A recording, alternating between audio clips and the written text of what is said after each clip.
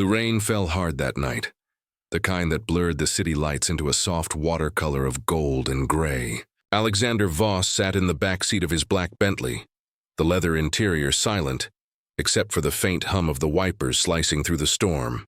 To anyone who looked in, he was the picture of success, the youngest tech billionaire in the city, wearing a tailored charcoal suit and the calm detachment of a man who owned half of downtown. But inside, Alexander was tired.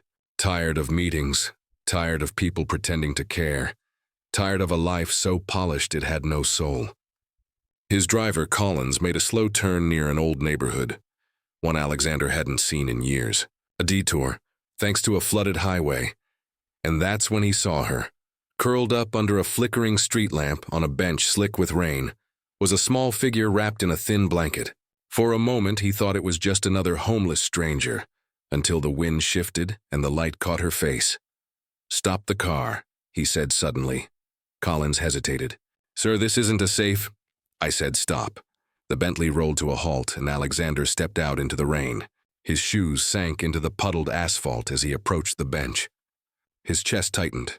It was her, Maria, his maid, the same woman who'd spent the last 3 years cleaning his penthouse, quietly humming gospel songs as she polished marble floors that cost more than her entire life savings. The same woman who smiled through exhaustion, who refused to take extra pay when her mother fell ill, who'd once mended his son's torn teddy bear because, as she'd said, every friend deserves a second chance. And now she was asleep on a bench. Her hair was damp and tangled. Her uniform still on, though stained and wrinkled. Her shoes were off, one placed neatly beneath the bench, the other missing entirely. Beside her sat a plastic bag with a half-eaten sandwich and a small photo tucked carefully into its side. Maria with a young boy, maybe 6 years old, both smiling at a camera that had seen better days. Alexander felt something twist inside him. Guilt, confusion, disbelief. Why was she here? Why wasn't she at home? He crouched beside her, his voice soft. "Maria?" Her eyes fluttered open, unfocused at first. When she recognized him, she gasped and tried to sit up too quickly. "Mr. Voss! Oh my goodness, I'm sorry, sir, I didn't mean for you to see me like this." "Why are you here?" he asked quietly. Tears welled in her eyes before she could stop them. "It's nothing, sir. I'll be fine. Please go home," but he didn't move. He stood there in the rain, watching her shoulders tremble as she tried to gather her things, as if dignity could be packed into a plastic bag. "Maria," he said again, more gently this time. "Tell me what happened." Her lip quivered. "The landlord sold the building last week. We were told to leave immediately. I tried to find a new place, but—" She looked away. "Rents are too high. I sent what I had to my son's school. I thought I could manage a few nights like this. Just until payday." The words hit him like stones. Alexander had seen poverty before, from a distance, through tinted windows, through donations and charity galas. But standing here, looking at the woman who had quietly cared for his home, his son, his family, it was no longer distant. It was real. "Where's your boy?" he asked softly. "With my sister." I didn't want him to see me like this. For a moment, the city faded, the noise, the rain, the neon glare, until there was only her voice, small and trembling against the storm. Then Alexander did something no one expected. He took off his coat and draped it around her shoulders. "You're not staying here tonight," he said firmly. "You're coming home." She shook her head, panic in her eyes. "Sir, please, I can't. People will talk." "Let them talk," he said. "You've worked for me for 3 years. You've raised my son more kindly than I ever could. You're family, Maria, and family doesn't sleep on the street." For the first time in years, Maria's composure broke. She covered her mouth, sobbing quietly as the billionaire who once seemed unreachable stood beside her in the rain, holding out his hand. When she finally took it, something shifted, not just for her, but for him too.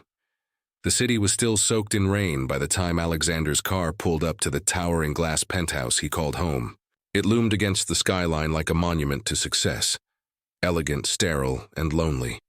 Maria hesitated at the entrance, clutching her small bag. "Sir, I can't go inside like this," she murmured. Alexander glanced at her muddy shoes, the soaked hem of her uniform. "You're coming in, And you're not my maid tonight, Maria. You're my guest. She tried to protest, but he was already leading her to the private elevator. As the doors slid shut, her reflection shimmered in the mirror-like walls. Tired, humbled, yet still dignified. When they reached the 42nd floor, the vast space opened before her, floor-to-ceiling windows, marble floors, designer furniture that looked untouched. It smelled faintly of citrus and emptiness. He gestured to the guest room. You can stay here. The bed's made. The bathroom's stocked. I'll have Collins bring you some clothes. Maria's voice broke. Mr. Voss, I don't know how to thank you. He stopped her with a quiet shake of his head. Don't thank me, just rest. She nodded, clutching the coat he'd given her earlier. It was heavy and warm, carrying the faint scent of his cologne. Something sharp and clean, like rain on steel. As she disappeared into the guest room, Alexander stood alone in the hallway, staring out at the city. The storm had begun to fade, but inside him, another one was growing. The weight of guilt sleep didn't come easily that night. He poured himself a drink, sat by the window, and let his thoughts unravel. Maria had worked for him quietly for years, always kind, always invisible. He remembered the small things now, how she used to leave fresh flowers on his late wife's piano, how she'd hum lullabies to his son, Oliver, when he had nightmares. And yet, somehow, he had never really seen her. He'd noticed her efficiency, her silence, her reliability, but not her life. Not the tired lines on her face or the sorrow she hid behind her smile. He had written her name on payroll checks, not realizing that behind that name was a woman holding her entire world together on minimum wage. Now, the image of her sleeping on that wet bench refused to leave his mind. It cut through him like glass. Around 2 a.m., he found himself standing at the door of the guest room. It was slightly ajar. Inside, Maria was fast asleep, her breathing soft, the blanket pulled up to her chin. On the nightstand lay that same photo of her and her son. He picked it up carefully. The boy's smile was bright and unguarded, his arms wrapped around his mother's neck. A faded school badge hung from his shirt. St. Mary's Primary. Alexander felt a lump form in his throat. His own son went to the same school. That realization hit him harder than he expected. Their worlds were closer than he'd ever imagined. He placed the photo back gently and stepped away, his heart heavy with something that felt suspiciously like shame. Morning light. When morning came, the penthouse was alive with sunlight. Maria stood in the kitchen, wearing one of the house robes, her hair neatly tied back. She was making breakfast, out of habit perhaps, and the smell of warm pancakes filled the air. You didn't have to do that, Alexander said quietly as he entered. She smiled faintly. Old habits die hard, sir. He poured himself coffee and leaned against the counter. Maria, why didn't you tell anyone about your situation? I would have helped. Her eyes dropped to the pan. Because it's not your responsibility, sir. You pay me fairly. The rest of my life is my own doing. That's not how it should be. Maybe not for you, she said softly. But for people like me, it often is, her honesty stung. There was no bitterness in her voice, just truth, spoken like a quiet fact of existence. Alexander set down his cup. Where's your son now? With my sister in Queens. He's starting school again next week. I just wanted him to have a chance I never did. Something shifted in him then, a mix of admiration and guilt. This woman, who had almost nothing, still thought only of giving. Maria, he said, I want to help you. She turned, startled. Sir, please, no, not as charity. As, what's right? You've taken care of my home, my son, my peace. Let me take care of yours. The gift 2 days later, Alexander asked Maria to take a drive with him. They didn't go to the office or one of his skyscrapers. Instead, they drove into the quieter edges of the city. Rows of modest townhouses, children riding bikes along cracked sidewalks. Maria sat nervously beside him, clutching her handbag. Sir, where are we going? He didn't answer until they stopped in front of a small, freshly painted brick house with a white fence and a tiny garden out front. Maria blinked. Whose house is this? He handed her an envelope. Yours? She stared at him in disbelief, shaking her head. No, this isn't. I can't accept this. Yes, you can, he said gently. It's in your name. The mortgage is covered. Your son deserves a home. You deserve one. Tears spilled freely down her cheeks. "Mr. Voss, why are you doing this for me?" Alexander looked out at the small house, simple, quiet, filled with possibility. "Because when I saw you on that street, I realized something. All my life, I thought success meant never needing anyone. But the truth is, I've needed people like you. Honest, good-hearted people, more than I've ever admitted." He turned to her. "You reminded me what humanity looks like, Maria. I just forgot how to see it." She covered her face, sobbing softly. "You're a good man, sir." He shook his head. "No, but maybe I'm learning to be one." That night, as Maria moved into her new home, hanging the photo of her son by the window, Alexander stood quietly at the door. The air smelled of rain again, but this time it felt different. Clean, hopeful. For the first time in years, he smiled. Not the polite, practiced smile of a billionaire at a fundraiser, but the quiet, genuine smile of a man who'd finally understood the worth of a heart over a fortune. 2 weeks later, the house that once stood empty was now alive with laughter. Maria's son, Daniel, ran barefoot across the tiny living room, his giggles echoing off the new walls. He was small for his age, with bright eyes and a gap-toothed grin, a reflection of his mother's spirit, all warmth and light. Alexander stood by the doorway watching. He had come to check in, though truthfully, it was more than that. Something about the small brick house made him feel grounded, human in a way he hadn't felt in years. Maria appeared from the kitchen, wiping her hands on a dish towel. "He's been talking about you all morning," she said with a shy smile. "Apparently you're his new favorite superhero." Alexander chuckled. "I don't think I've earned that title." "You gave us a home," she said softly. "That's more heroic than you know." He looked around.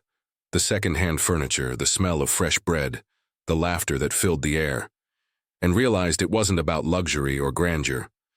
It was about safety, belonging for Maria and her son. This small space was everything, for Alexander. It was the first real connection he'd had in years. A promise in the park, a week later. Alexander took Daniel and his own son Oliver to the park. The boys hit it off instantly, racing across the grass, shouting each other's names as if they'd been friends for years. Maria sat on a nearby bench, her face lit with quiet joy. "I can't thank you enough for all this," she said. Alexander glanced at her, his expression thoughtful. "Maria, have you ever thought about what you want for yourself?" She blinked. "For myself? Yes, not for your son, not for anyone else. Just you." Maria hesitated. "I used to dream about opening a small bakery. My mother taught me to bake when I was little. Said every loaf carried a story. But dreams like that," she smiled sadly, "they belong to people who can afford them." Alexander turned to her, eyes soft. "Maybe not anymore." The bakery 2 months later, a small sign appeared on a quiet corner of Brooklyn. Maria's table, fresh bread, warm hearts. Inside, the air smelled of cinnamon and butter. Sunlight poured through the windows, catching the soft dust of flour in the air. Maria stood behind the counter, apron dusted white, smiling as customers lined up for her famous sweet rolls. At the far table, Alexander sat with his laptop, pretending to work but mostly watching the magic unfold. Oliver and Daniel sat nearby, sharing cookies and laughter. When she caught his eye, Maria walked over and said, "You know, you don't have to keep checking on me." He smiled. "Maybe I just like the bread." She laughed, a sound that filled the shop with warmth. "You're terrible at lying, Mr. Voss." "Alexander," he corrected gently. "Call me Alexander."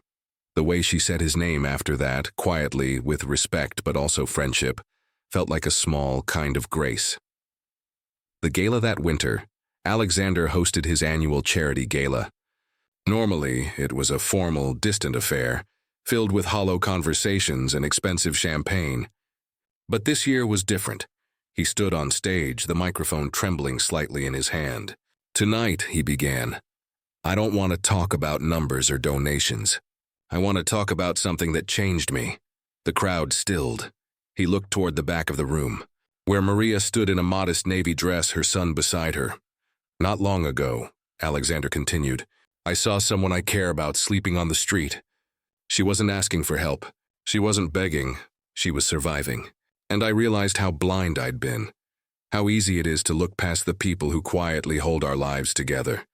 He took a breath. I learned that wealth means nothing if it doesn't touch another life. That compassion is the greatest investment anyone can make. When he stepped off the stage, the room erupted in applause. Not the polite kind, but the kind that comes from somewhere real. Maria's eyes were shining with tears. The letter a few days later. Maria slipped an envelope under Alexander's office door. Inside was a handwritten note. Dear Mr. Voss, no, Alexander. I used to think the world was divided, people who have and people who hope. But you showed me something different, that hearts don't care about wealth. Thank you for seeing me when no one else did. The bakery is doing well. But more than that, I've learned something from you. That giving isn't about what you have. It's about what you choose to share. You didn't just give me a home. You gave me back my dignity. With gratitude, Maria. Alexander read the letter twice, then set it gently on his desk.